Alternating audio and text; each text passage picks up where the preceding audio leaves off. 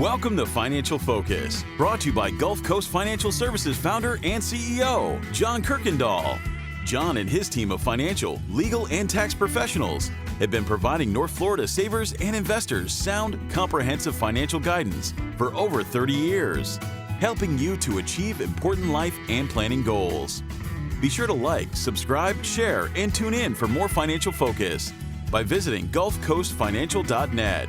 And welcome into the program. This is Financial Focus, brought to you by the best of the best in financial services, 8 years and running, as named by the readers of the Lake City Reporter, celebrating more than 30 years, saving North Central Florida savers and investors, serving to help put those plans together and keep your financial progress on track. Founder and CEO of Gulf Coast Financial Services, John Kirkendall, here with us. And John, leading headline here as we look ahead in our financial and retirement planning is the passage of Secure Act 2.0. Now, this is a whole lot of information in this bill. In fact, this is only part of a much larger omnibus spending bill, $1.7 trillion of everything the government ever wanted and needed from us, the people. But let's talk about what it means for our financial and retirement plans and progresses and change and updates. And what even is the Secure Act, and why is this 2.0? Well, we have the Secure Act, which we passed in 2019. And it was effective January 1st, but it didn't get passed until late December. And it changed a lot of things, mainly the stretch IRA, that when we go from the primary beneficiary to the secondary beneficiaries, they have to take it out over 10 years and couldn't take it out over their actuarial life, which we were able to do before. That was the biggest change, I think, that hit a lot of people and has affected our planning.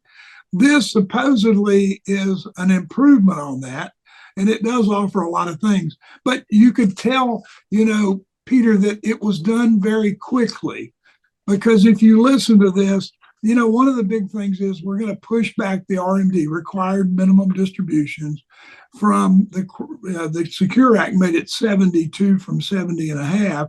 This will actually take it out to age 75, but it's laddered. So it's really complicated. Yeah. Clients born from 1950 or earlier, 72 by the end of 22, no change. RMD must continue as before. Clients from 51 to 58, the RMD will start at 73, and then clients 60 and later, it'll be 75. The biggest problem not confusing at all. No, because if you notice, we went from 58 to 60. People born in 1959, I'm assuming, will be 73, but we don't know. So that's one of the things that's going to have to be, help us a little bit. It's confusing when you read it, and it's going to be confusing to a lot of people for a while.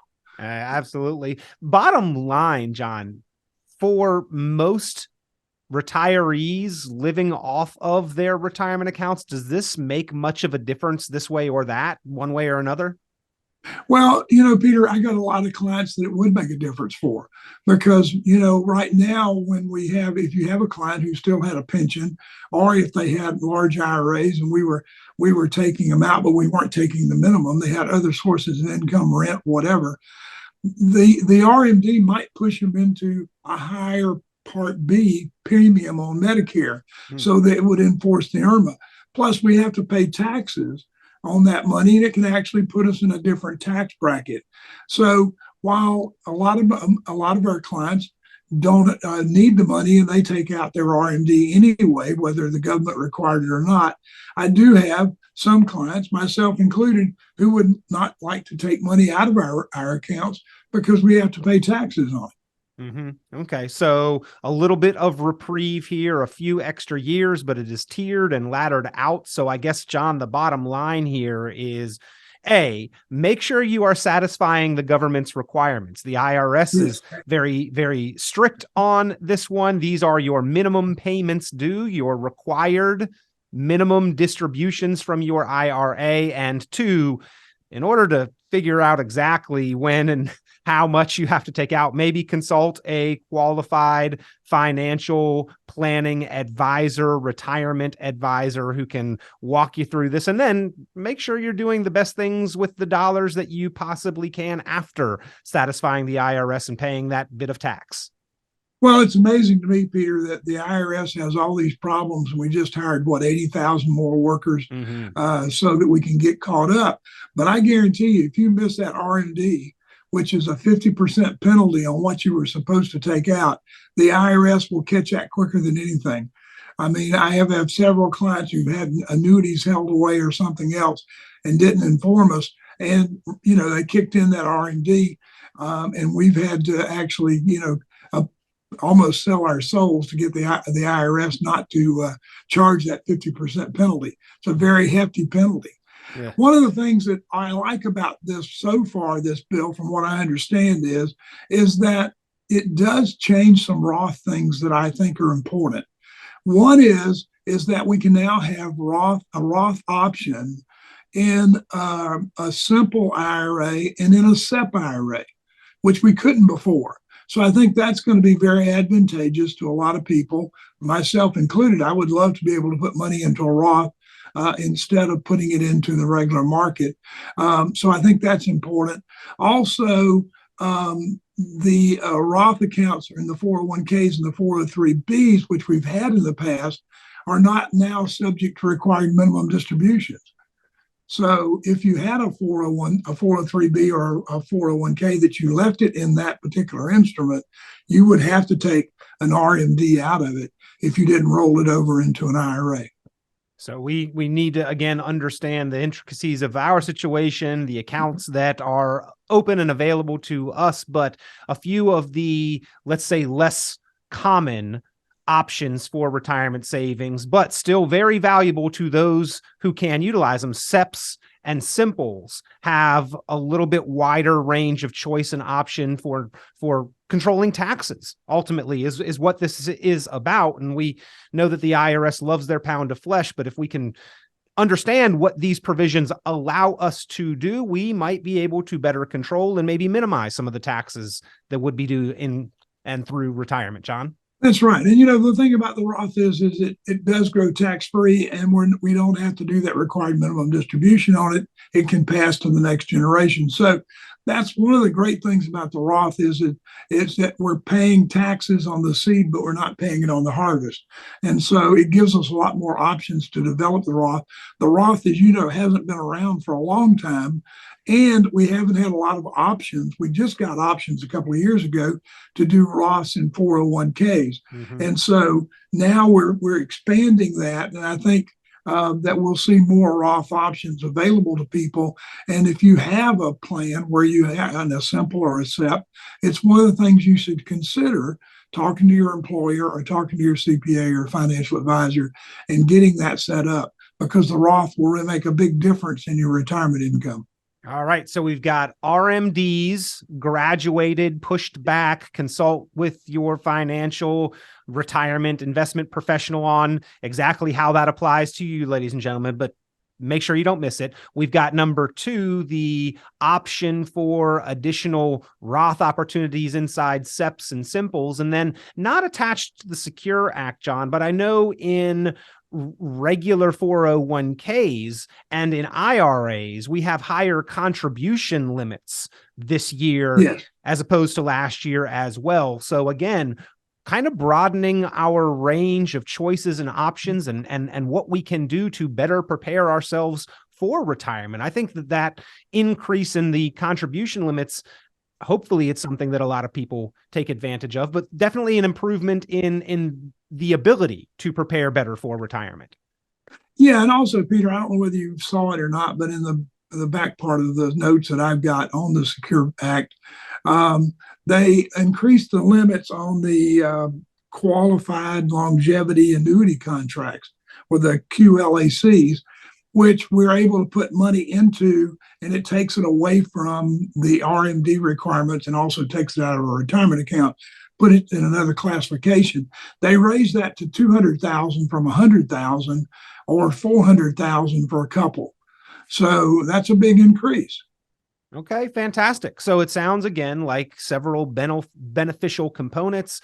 And John, I know that you continue to dig through this to find the gotchas, because where they give us something on one hand, they always take away on the other hand, it seems like. But all in all, do you feel like these big high level items that are in the Secure Act 2.0 are going to be beneficial for savers, investors preparing for and then living through their financial and retirement futures?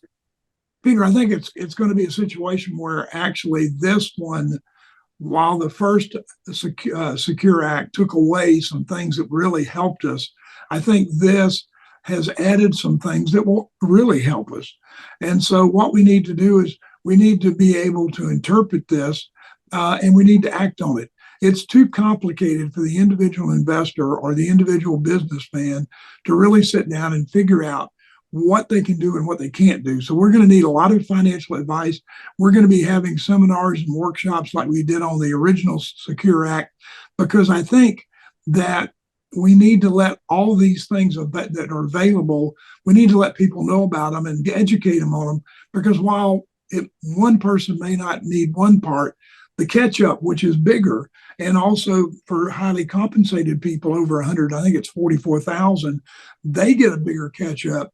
So there are some things in there that we can use for our retirement and will make us a lot better. But it's something that we can't say, oh, this is great, and I'm going to implement this without a lot of education and a lot of help. Any other high level items that we need to know and be aware of now? You know, as you said, this was on page 2000 of the Act. So there's a lot of things we don't know. I think that in reading through this and continuing to get notes and clarification, that there are some other things, but I think we hit on the highlights, Peter, that really the Roth ability, the increased catch-ups, which are really important because we need to maximize that. And I think in a later show, we're going to talk about some mistakes you make in your 401, and those are, not maxing out your 401. And so if you have the ability to catch up, we need to be able to add that to it and be able to catch up. There are some things that weren't addressed, and something that I think that I keep harping on more and more. As real estate value has increased, the government should extend the $500,000 per couple for the non-taxable home sale. And so I think that's something that if people out there need to talk to their congressmen and their representatives about, the next time we do another one of these, then we have Secure Act 3.0, that needs to be added, because with homes being valued what they are today, we're still going to be taxed. Yeah. Most people will have some kind of tax on their home. And so that's as we retire and we sell our homes for our additional retirement income, we need to take care of that. But I think there are a lot of good things in here. I think there are a lot of things that we're going to look through and wade through. But I guarantee you the Roth option and the simple and the SEP are big deals. And so we need to take advantage of those. Yeah, John, I believe you're right. That tax exempt profit allowance on your primary residence has not been inflation adjusted for quite some time, while the values on homes certainly has inflation adjusted. Well, Peter, the thing about it is when we made that and they set it up for $500,000 for a couple, a jumbo loan was considered anything over $200,000. I just found out the other day talking to my son that a jumbo loan now, a qualifying loan for Fannie Mae and Freddie Mac, goes up to almost $1 million. So, and you don't hit jumbo over $1 million. Well, we're still at this 250 individual, 500 for a couple, which is ridiculous compared to what values are today. Proportionally, maybe it should be about 5 times that amount. I'm just saying, right? We know, John, anytime there is sweeping legislation that impacts our retirement accounts, such as the Secure Act back in 2019 and now Secure Act 2.0, it really deems appropriate that we review our plans pretty thoroughly to see where different provisions may impact or apply to us. And so John and his team are there at Gulf Coast Financial Services. Ladies and gentlemen, just give them a call. They're happy to talk these as well as many other questions that are commonly on the minds of savers and investors through with you to help you review and analyze your investments, your retirement accounts, your plan and your progress, and make sure that you are on the right track. Pick up the phone and give them a call, 386-755-9018. That is 386-755-9018. You can also get started online, gulfcoastfinancial.net, gulfcoastfinancial.net. John, I'm sure we'll be talking more about the Secure Act 2.0, as well as in an upcoming edition of the program, some unfortunately all too common 401k mistakes. So a lot of people out there with 401ks, and unfortunately a lot of mistakes being made with them. Well, that's right, Peter. And it's something we really need to let people know about so that they can address it. And we'll be glad to help them with it. It's normal things that we should think about, but we don't act on. And so we're glad to work on that. Always a pleasure, John. Thank you for being here, keeping us financially focused. Thank you, Peter. Going on 31 years. They said it wouldn't last.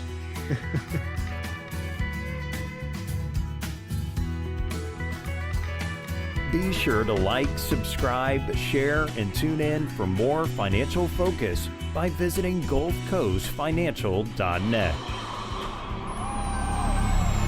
The information presented on this program is provided for informational purposes only, without warranty of accuracy, completeness, or suitability for a particular purpose. This program is not intended to be and does not constitute financial, investment, legal, or tax advice. This information is general in nature and not specific enough to be construed as advice. You should not make any decision based on the information presented on this program without independent consultation with an appropriately licensed professional or competent advisor. Investment in securities or the market involves a potential risk for loss of principal. Trading, therefore, may not be suitable for all listeners. Annuity guarantees are based solely on the financial strength and claims-paying ability of the issuing company. Withdrawals of growth from annuities may be taxable as ordinary income in the year it is taken. Individuals should review contracts for specific details of the product's features and costs. Early withdrawals may subject the owner to penalties, fees, or taxes. John Kirkendall is registered with and securities are offered through Kovac Securities Inc., member FINRA SIPC, found online at www.kovacsecurities.com. Advisory services are offered through Gulf Coast Financial Services Inc., a registered investment advisor in Florida. Gulf Coast Financial Services Inc. is not affiliated with Kovac Securities Inc. or Kovac Advisors Inc. Past performance is not indicative of future results. All investing involves risk. Investment decisions should be based on your own goals, time horizon, and tolerance for risk. Due to various factors including changing market conditions and/or applicable laws, the content may no longer be reflective of current opinions or positions.